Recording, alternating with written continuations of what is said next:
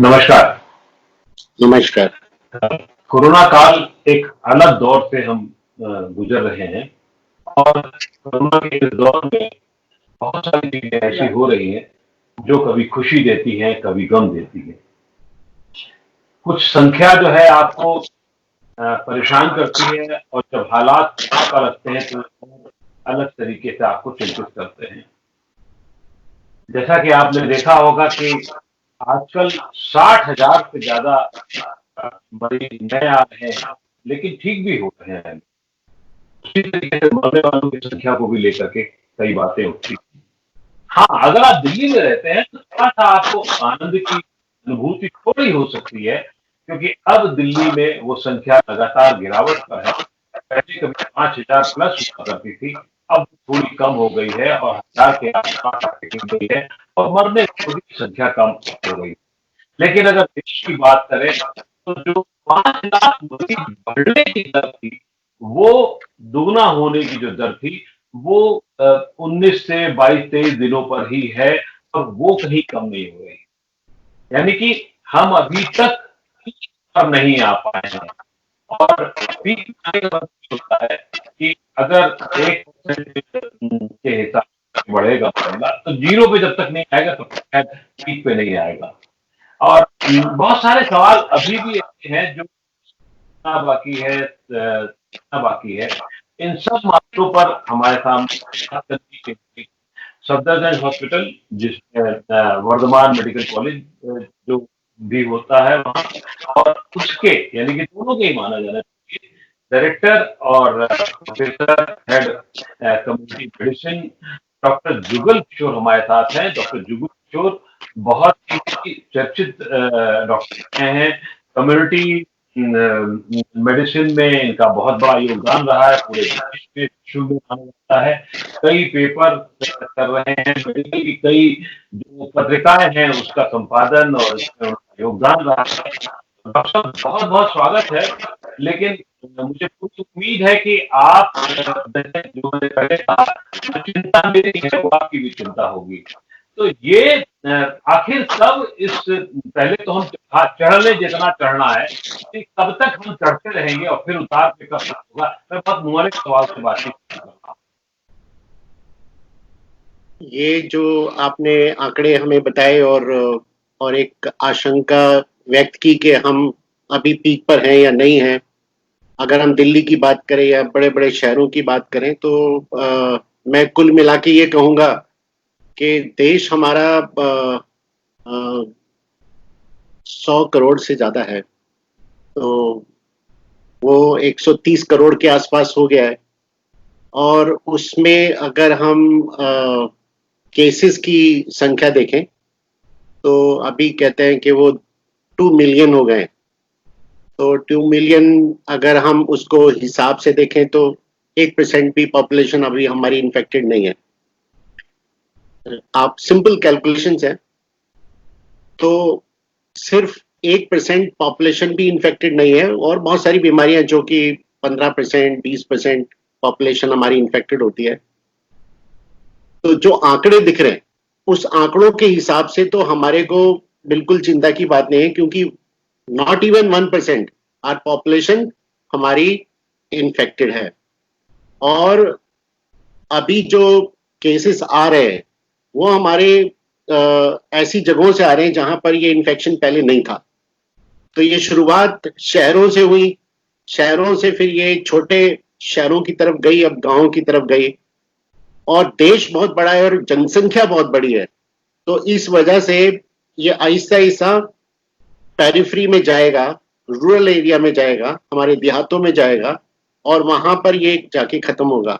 दिल्ली में जैसे आपने देखा कि इसका पीक ऑलमोस्ट खत्म हो गया, नीचे की तरफ है, हम ढलान पर हैं। अगर हम मुंबई की बात करें तो ढलान पर हैं।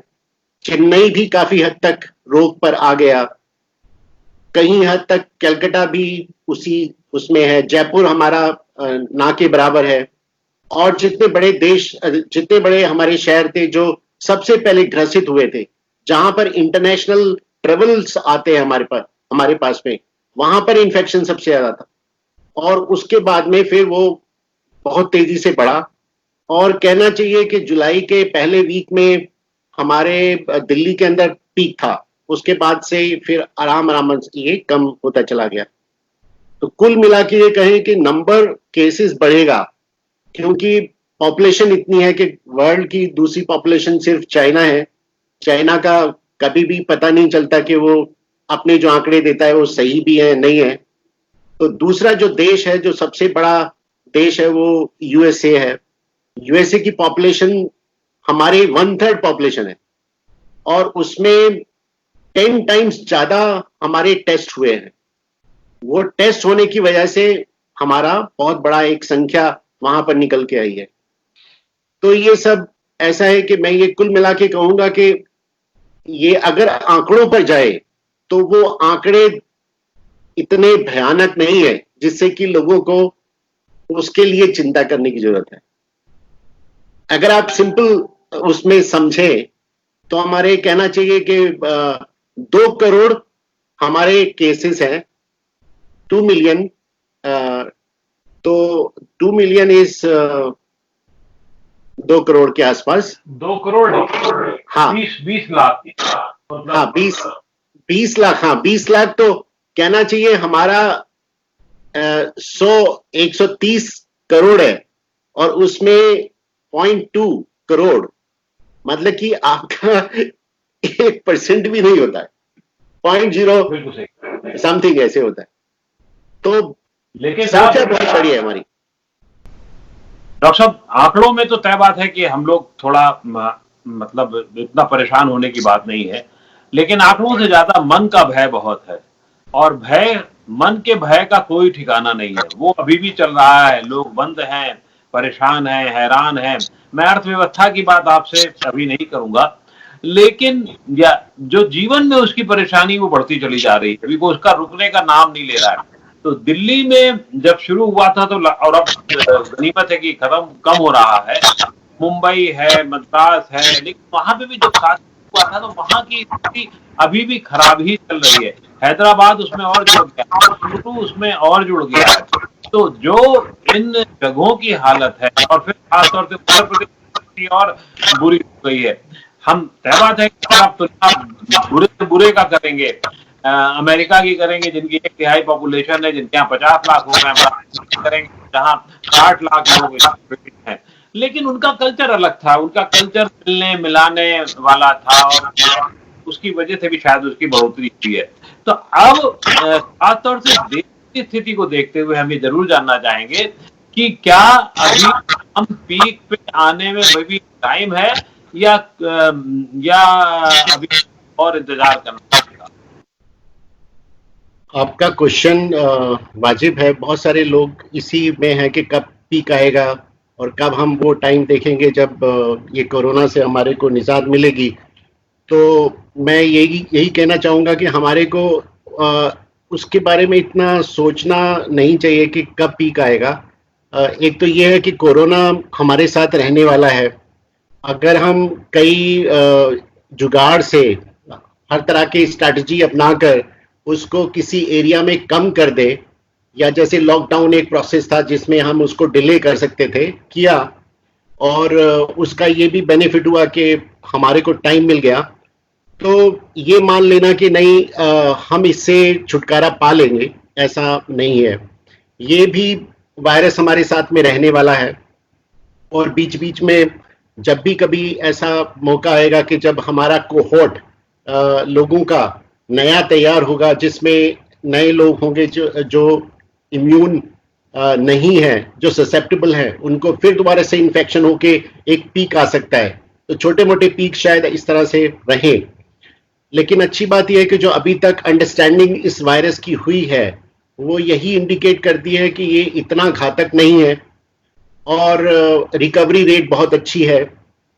तो और ये जो आंकड़े दिख रहे हैं ये शायद हमारे बहुत ही कम है, इससे ज़्यादा कहीं ज़्यादा हमारा इन्फेक्शन कम्युनिटी के अंदर है। तो ऑलरेडी इतना कम्युनिटी के अंदर होने के बावजूद भी इतना डेथ नहीं है जितना हम एक्सपेक्ट कर रहे थे, और लोगों के अंदर एक रेजिस्टेंस है और एक इम्यूनिटी है जो इस इन्फेक्शन के अगेंस्ट काम कर रही है। तो कहने का मतलब ये है कि यस, रीसर्जेंस कहीं कहीं पर दिख रहे हैं, या सर्जेंस जो आप बता रहे हैं कि कुछ ऐसे हमारे छोटे छोटे जो हमारे शहर है, मेट्रोपॉलिटन सिटीज हैं, उन पर काफी जो नंबर दिख रहा है, वो हमारे को एक्सपेक्टेड था, होना था। लेकिन जैसे आप मुंबई की बात करें थे, मुंबई में धारावी एक ऐसा जगह है जहां पर सबसे ज्यादा हुए, लेकिन उसके बाद में जो पेरिफेरी है उसका, वहां कुछ केस है, लेकिन धारावी में बिल्कुल कम हो गए। तो जहां पर पहले इन्फेक्शन ज्यादा हुआ था वहां पर अब नहीं है केस। तो कहने का मतलब वहां पर एंटीबॉडी जो लोगों के अंदर थी वो बन गई है, रेजिस्टेंस आ गया, जिन लोगों को इन्फेक्शन होना था हो गया है। तो कुल मिला के ये कहेंगे, मेरा ऐसा अनुमान है कि हम इस महीने के एंड या फिर अगले महीने के बीच तक हमारा पीक निकल जाएगा पूरे देश से। ये ऐसा हमारा अनुमान है, एक स्टडी के बेस पर मैं कह रहा हूं, ऐसा नहीं, कैलकुलेटेड टर्म्स के अंदर कह रहा हूं कि ये हमारा ऐसा निकल जाएगा। फिर हमारे केस रहेंगे, ऐसा नहीं कि बिल्कुल खत्म हो जाएगा, थोड़े बहुत केस रहेंगे, क्योंकि दूर दराज में जो लोग रहते हैं उनमें इन्फेक्शन होता रहेगा और वो इंडिकेट करते रहेंगे। आपके जवाब में कई सवाल निकल के आते हैं। एंटीबॉडी का आपने उल्लेख किया, अभी जो सीरो सर्वे हुआ था दिल्ली में, उसमें ये बताया गया कि लगभग हर चौथा आदमी से हो चुका है। मुझे लगता है कि पता नहीं कौन कहाँ कब इसको हो चुका हो और छू करके चला चुका हो। तो ये एक संतोष की बात है कि बहुत ज्यादा आगे नहीं बढ़ पाया, लेकिन हुआ है। और उसी तरीके से और भी उसमें सवाल है कि जो लोगों की डरने का मामला है, मैं आप कि ये हमारे साथ रहने वाला, ये कहकर के आपने और हमें वो कर दिया कि नहीं अभी खत्म नहीं होगा, पीक आने के बाद भी ये रहेगा। तो ये रहने का मतलब क्या है, कितना रहेगा और कब तक हम इस तरीके से बंधन में रहेंगे, ये जरा हमें समझाने की कोशिश करें आप प्लीज। जो आपने बताया कि 23% हमारा दिल्ली के सर्वे में निकला, तो उसमें एंटीबॉडीज हमारे को मिली 23%, तो वो इंडिकेट करता है। और एक रिपोर्टर ने बहुत अच्छा क्वेश्चन भी पूछा कि हम दिल्ली में 1,50,000 के करीब केस दिखा रहे हैं, लेकिन करीब ये 60 लाख के करीब होने चाहिए थे पॉपुलेशन के हिसाब से। अगर हमारी पॉपुलेशन अभी 2-3 करोड़ के आसपास पहुंच गई है, तो इतने होने चाहिए था, तो वो कहाँ है केस। तो कहने का मतलब ये है कि बहुत सारे ऐसे केस हैं जो एसिम्प्टोमेटिक है, जिनका कोई मतलब कि जिनको हो जाता है इन्फेक्शन और वो पता भी नहीं चलता। प्री क्लिनिकल केस है, फिर क्लिनिकल केस है जो माइल्ड नेचर है, जिनको सिर्फ गला खराब हुआ और थोड़ा बहुत पेन हुआ, चेस्ट में पेन हुआ, आपको खांसी हुई और फिर वो आप ठीक हो गए। तो कहने का मतलब ये कि एक बहुत बड़ा जो पॉपुलेशन है वो हमारा अपने आप ठीक हो रहा है, इससे इन्फेक्शन होकर ठीक हो रहा है। तो इसमें डरने की बात कहां से आई?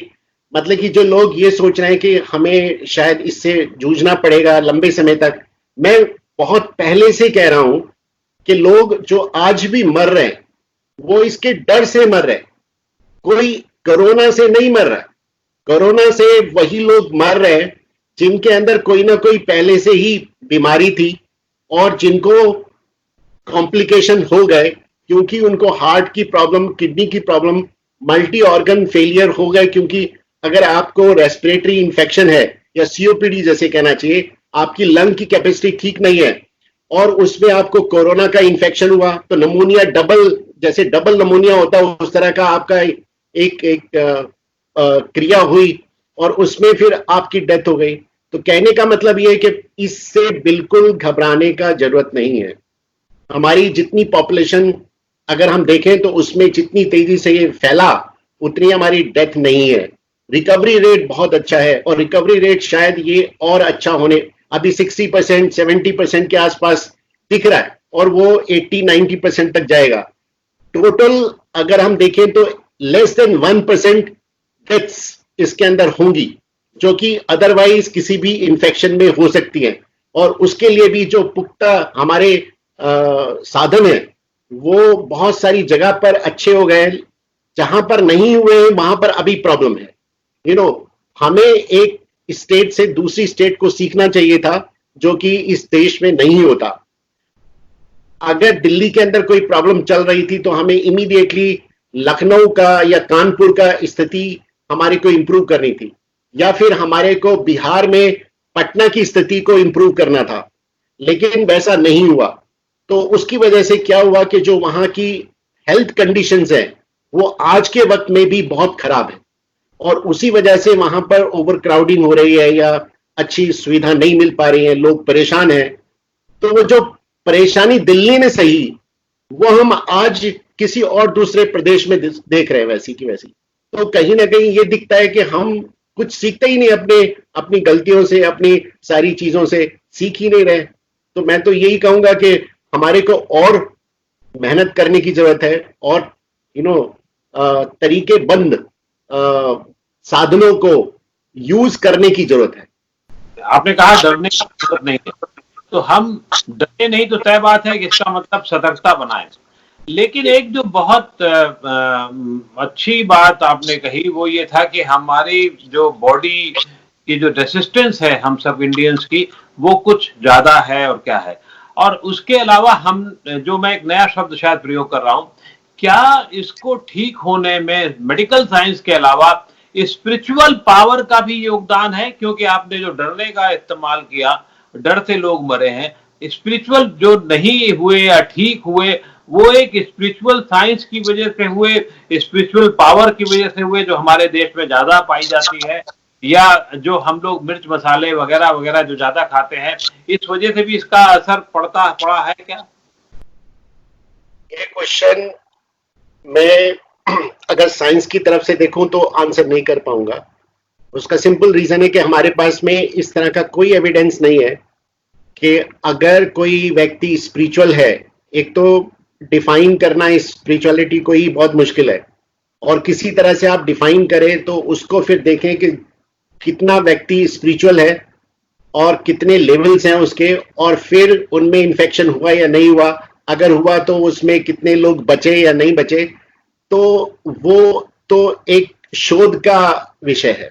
उसी तरह से आपने मसाले कहे या बहुत सारी चीजें ऐसे हमारे देश में यूज होती हैं, उनका हमारी इम्यूनिटी पे क्या असर पड़ता है, क्या वो हमारी खाने से होता है या फिर हमारे यहाँ पर बहुत इन्फेक्शन होते रहते हैं, तो वो एक रीजन है कि उससे हमारी इम्यून सिस्टम एक्टिवेट रहती है। उसका डेफिनेटली वर्ल्ड ओवर पता है कि अगर हम ऐसे माहौल में रहते हैं जहां पर इन्फेक्शंस होते रहते हैं तो हमारी इम्यूनिटी बेटर होती है और दूसरे लोगों से जो ऐसे एक्सपोज नहीं होते, उसको हम मान सकते हैं। लेकिन ये कहना कि ये खाने से, ये ना खाने से, इसको करने से ना करने से, इवन जैसा कि व्यायाम या प्राणायाम या ये जो चीजें हैं, इनका कोई एविडेंस नहीं है। अगर आज की तारीख में ये कहते हैं कि जो साइंस में भी अवेलेबल जो बहुत ही पुख्ता कह रहे हैं कि प्लाज्मा थेरेपी या फिर हाइड्रोक्सी क्लोरोक्विन, इस तरह की जो दवाइयों पे हम बात कर रहे हैं, वो भी इतनी कारगर तरीके से सिद्ध नहीं हो पाई हैं, जो एक कसौटी पे खरी उतरनी चाहिए। जो एक स्टडी, एक ट्रायल्स होती है, उस पर ट्रायल अच्छे से होकर फिर हम ये कह पाए यस ये एक बहुत अच्छी दवा है।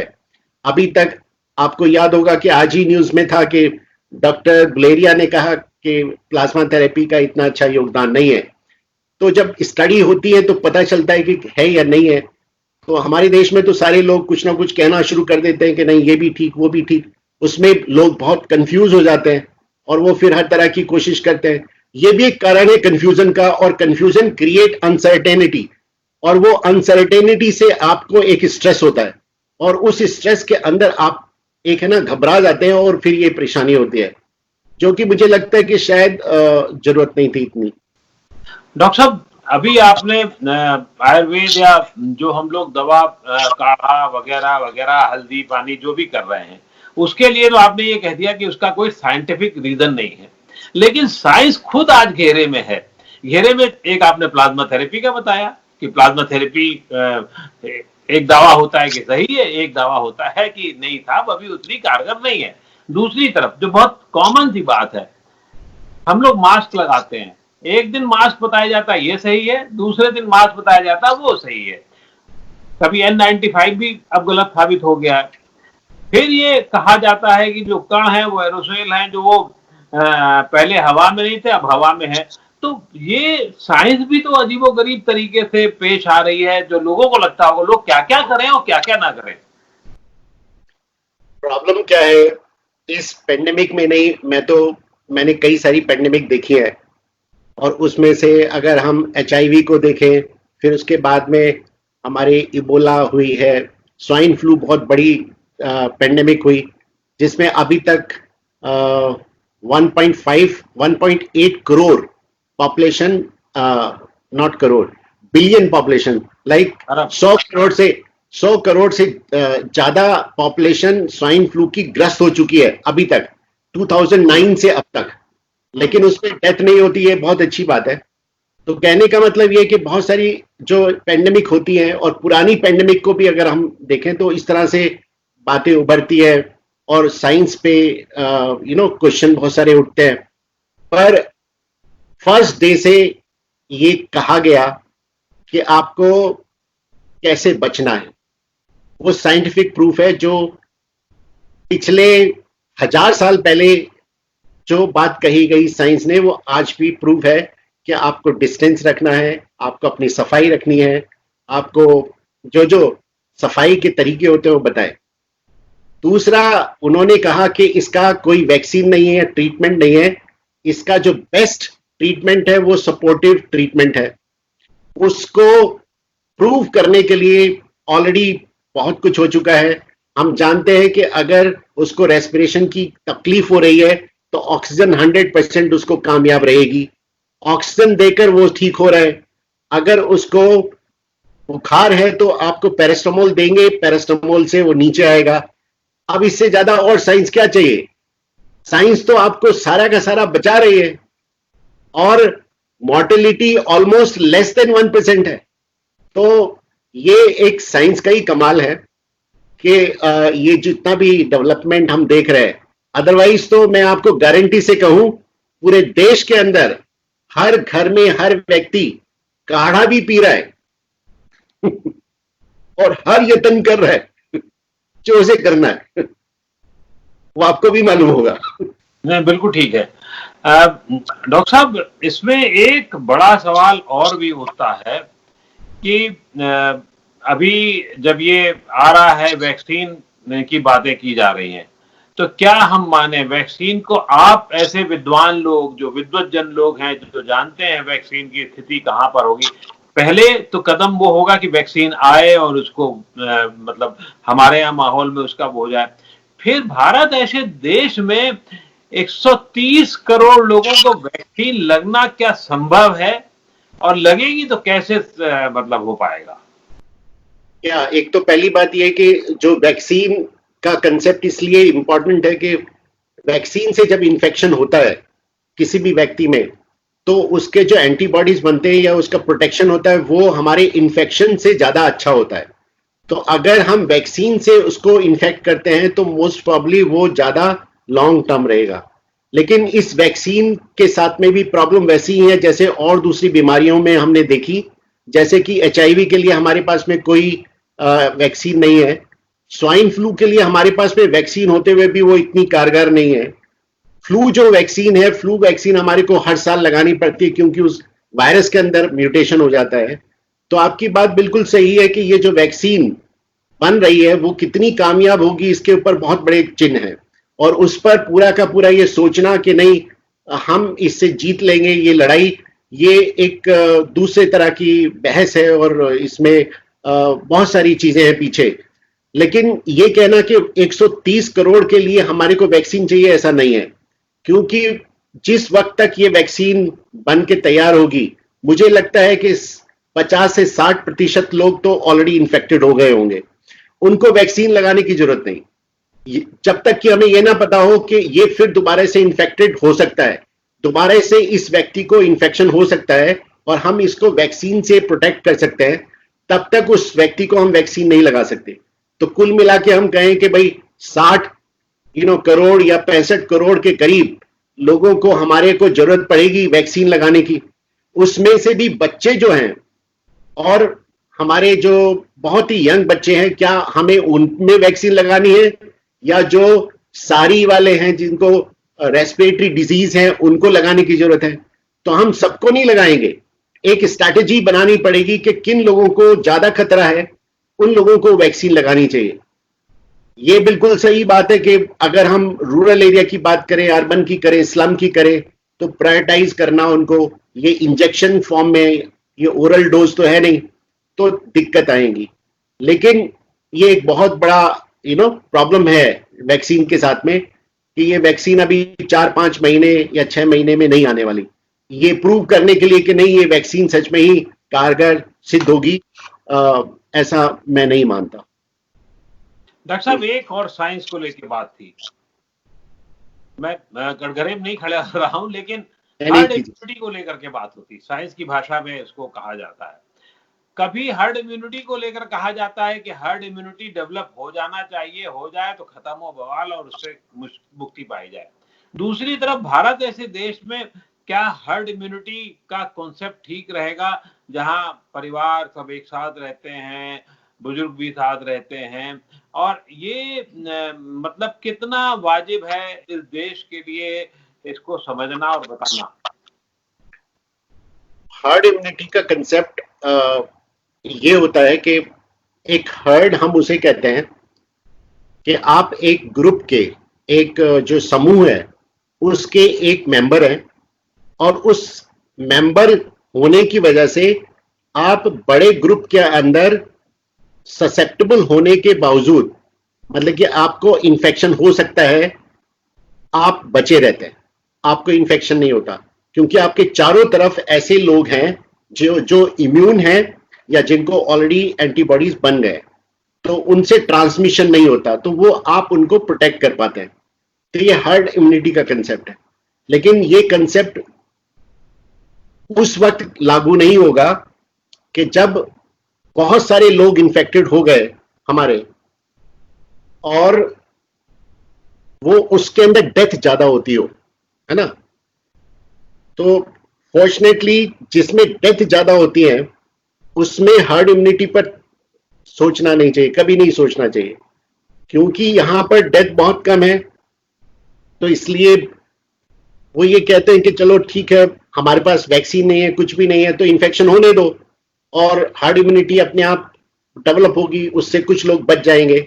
लेकिन इसका कंसेप्ट सीधा है कि जितनी इन्फेक्शियस डिजीज होती है कि वो एक दूसरे से फैलती है ज्यादा, तो उसके लिए हर्ड इम्यूनिटी हमारे को ज्यादा लोगों को इन्फेक्ट करने के बाद मिलती है। जैसे कि फॉर एग्जांपल मीजल्स, खसरा हमारे देश में होता है, खसरा बच्चे को मारता है, आपको मालूम होगा, बहुत बच्चे हमारे इससे खसरे से मरते हैं। लेकिन उसमें भी हर्ड इम्यूनिटी होती है, और वो हर्ड इम्यूनिटी जब 90% बच्चे इम्यून होते हैं तब 10% बच्चे बचते हैं। तो हर्ड इम्यूनिटी के लिए 90% लोगों को इन्फेक्टेड होना चाहिए या इम्यून होना चाहिए। तो हर इन्फेक्शन का, जितनी इन्फेक्टिविटी होती है हर इन्फेक्शन या हर डिजीज का, इम्यूनिटी के बेस पर हर्ड इम्यूनिटी डिफरेंट होती है।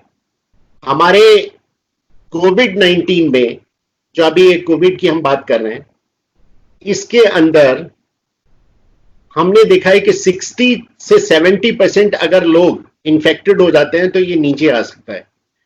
फॉर एग्जाम्पल, ये हमने इटली का एग्जाम्पल देखा, हमने यूरोप में एग्जाम्पल देखे कि वहां पर 100% सारे लोग इन्फेक्टेड नहीं हुए, और अब वहां पर बहुत कम केसेस है। उसी तरह से दिल्ली के अंदर जैसे सारे लोग इन्फेक्टेड नहीं है, लेकिन केसेस बहुत कम हो गए, और आगे चलकर भी और कम होते चले जाएंगे। तो कहने का मतलब यह कि इवन 50%, 60% संख्या अगर हमारी इन्फेक्टेड है, तब भी हम देख रहे हैं कि 40% लोग बच गए, 40% लोगों को इन्फेक्शन नहीं हुआ। तो इसका एक कारण है ना। ये एक रिसर्च में पता चला है कि ये ऐसा क्यों है, क्यों ऐसे लोग बच जाते हैं। तो एक जर्मनी के साइंटिस्ट हैं जिन्होंने जर्मन और यूके, इंग्लैंड को मिलाकर, उस दोनों की पॉपुलेशन को मिलाकर मैथमेटिकल मॉडलिंग से पता लगाया कि उनके यहां पर 50 से 80% लोगों को इन्फेक्शन नहीं हुआ, और उसका कारण था उनका अपना खुद का जेनेटिक मेकअप, जीन्स उनके काम आए, और दूसरा उनका बिहेवियर।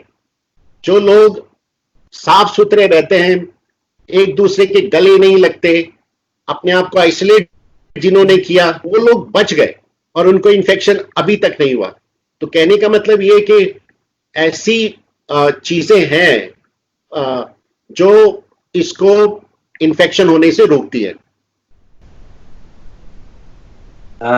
एक अंतिम सवाल जो है, अभी आपने साफ सफाई का वादा किया है, तो गांव में जो अभी हाल है, क्या वहां गांव की तरफ हम अभी जाना बाकी है हमारी बीमारी को, या कम्युनिटी स्प्रेड का अगर नाम दिया जाए, थोड़ा शायद खराब लगता है लोगों को कि कम्युनिटी स्प्रेड है कि नहीं है, तो क्या वो अभी बाकी है, अभी वो दौर आना बाकी है, या वो साथ साथ निपट जा रहा है अपना? गांवों के अंदर इन्फेक्शन हो रहा है, और अच्छी बात यह है कि वहां पर काफी दूर दूर लोग रहते हैं, जो वहां पर एक दो ऐसे हमारे बिहेवियर है, जैसे कि हुक्का एक साथ पीना, तो वो एक ट्रांसमिशन का साधन बनता है। दूसरा, कुछ ना कुछ खाना और थूकना, है ना, जैसे तंबाकू का बहुत शौक है, पान का बहुत शौक है, तो ऐसे इलाकों में आसपास इन्फेक्शन होगा। अगर वो गांव में है तो गांव में भी इन्फेक्शन हो रहे हैं। तो ये अब अर्बन एरिया से रूरल एरिया की तरफ में चल रहा है इन्फेक्शन साथ साथ, और आप देखेंगे कि उन जगहों पर इन्फेक्शन बढ़ता जा रहा है। लेकिन वो एकदम 100% होगा ऐसा नहीं है, और ये इतना डेंजरस भी नहीं है। रूरल एरिया में ये भी दिख रहा है, जो डेथ्स हैं हमारी कंट्रोल्ड वे में चल रही है। तो कहना चाहिए कि हमारे को बिल्कुल इससे घबराने की जरूरत नहीं है। घबराएंगे नहीं तो हमारा इम्यून सिस्टम इंप्रूव होता है, हमारा स्ट्रेस जितना कम होगा उतना ही हम किसी भी बीमारी से लड़ने की शक्ति हमारे अंदर ऑलरेडी अवेलेबल होती है, वो आपको काम आती है। आपके बहुत सारे इम्यून रिस्पॉन्सेस वो आपके काम करते हैं जब आप स्ट्रेंथ में होते हैं, जब आप कंपोज्ड माइंड के अंदर होते हैं। उसको आप बाद में ये कह सकते हैं कि नहीं, आप मेडिटेशन कीजिए, या आप स्पिरिचुअलिटी में रहिए, या अपने आप में विश्वास रखिए, ये सारी चीजें कह सकते हैं। लेकिन दिस इज प्रूवन कि अगर स्ट्रेस होगा तो उसके अंदर आपको बहुत सारे चेंजेस होते हैं, और उसके अंदर फिर आपको इन्फेक्शन हो सकता है। कि हम उम्मीद कर सकते हैं कि जल्दी से जल्दी हम लोग इस बीमारी से, महामारी से निजात पाएं, थोड़ा कम हो जाए, यही हमारे लिए बहुत कुछ होगा, और हमारा देश एक पटरी पे आ जाए, यही हम कामना कर सकते हैं। बहुत बहुत आभार आपका कि आपने हमें इतना समय दिया। शुक्रिया। थैंक यू, धन्यवाद।